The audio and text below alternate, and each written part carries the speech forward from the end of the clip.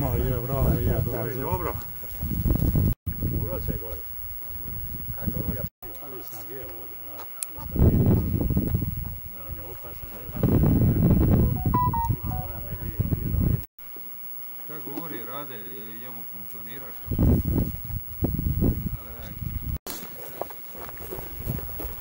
Bravo, Mario, milosti puna, gospodin Slobo.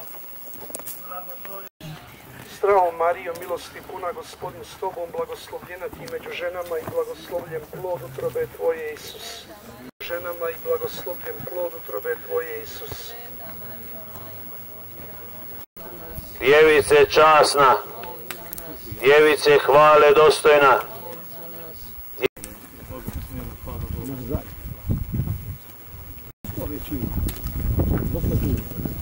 Obitelji, rodbino, dragi prijatelji, vatrogasci, draga braćo i sestre. I ove 18. godine došli smo dati počast, zahvalnost i iskazati ponos na našu braću vatrogasce koji su život dali za obranu života i imovine naše.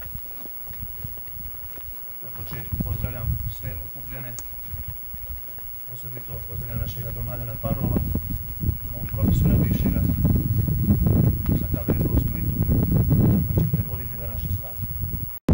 Vatrogasci smrtno stradali na intervencijama u Domovinskom ratu.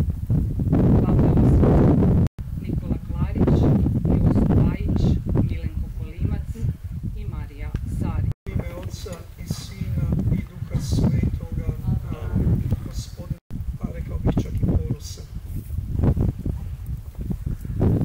U ovoj